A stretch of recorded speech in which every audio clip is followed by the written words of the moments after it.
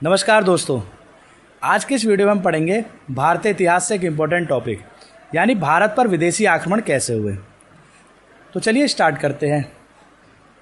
भारत पर विदेशी आक्रमण क्रमशः ये है कि हिंद यूनानी यानी शक, पल्लव और कुषाण ऐसे आक्रमण हुए।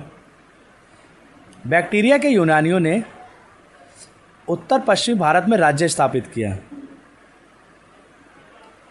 इसके बाद वाले टॉपिक को देखें। इनमें कुछ शासक आते हैं। बैक्टीरिया के शासकों में आता है डेमेट्रियस, यूक्रेटियस। जी हाँ, ये कुछ प्रमुख शासक रहे थे बैक्टीरिया के।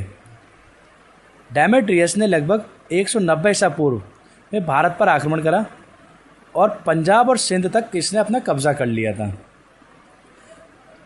उसने साकल यानी आधुनिक सियालकोट को अपनी राजधानी बनाया था, यानी उस समय इसने सियालकोट को राजधानी बनाया। मिनांडर 165 से 145 ईसा पूर्व सबसे प्रसिद्ध हिंद यूनानी शासक बनकर उभरा था। मिनांडर ने नागसेन से बौद्ध धर्म अपनाया। उसकी वार्ता मिलिंद पानों में भी मिलती है। हिंदू यूनानियों ने भारत में सोने के सिक्के चलाए और गांधार कला यानी हेलेनिस्टिक कला को बहुत ज़्यादा बढ़ावा दिया।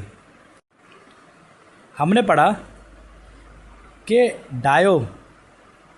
डायोडोट्स बैक्टीरियन किंगडम का फाउंडर माना जाता था और ये सेल्यूकिड एम्पायर से अलग होकर अपना राज बनाया इसने। लेकिन बैक्टीरियन रूलर थे कौन?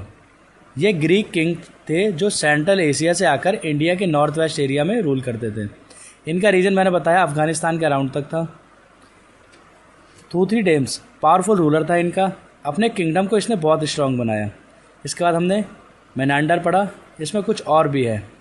एपोलोडोट्स वेस्टर्न इंडिया में इसने रूल करा और ट्रेड को प्रमोट करा।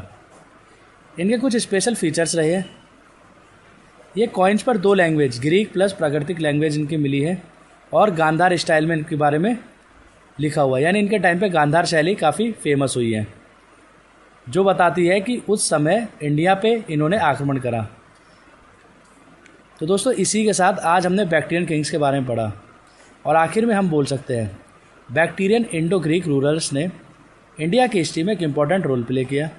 डायोडोट्स से शुरुआत होकर डेमेट्रियस और मेनांडर जैसे रूलर्स ने इंडिया के नॉर्थ वेस्ट रीजन में अपना इन्फ्लुएंस इस्टेब्लिश करा। इनका सबसे बड़ा कंट्रीब्यूशन था कल्चरल एक्सचेंज।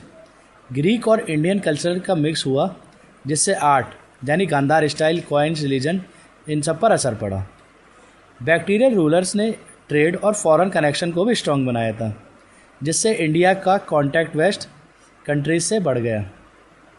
बैक्टीरियन किंग्स ने इंडिया को सिर्फ रूल नहीं किया, बल्कि कल्चर, आर्ट और ट्रेड को भी एक नई पहचान दी। तो दोस्तों, इसी के साथ आज का टॉपिक होता है खत्म। मिलते हैं अपनी नेक्स्ट वीडियो में। तब तक के लिए नमस्कार।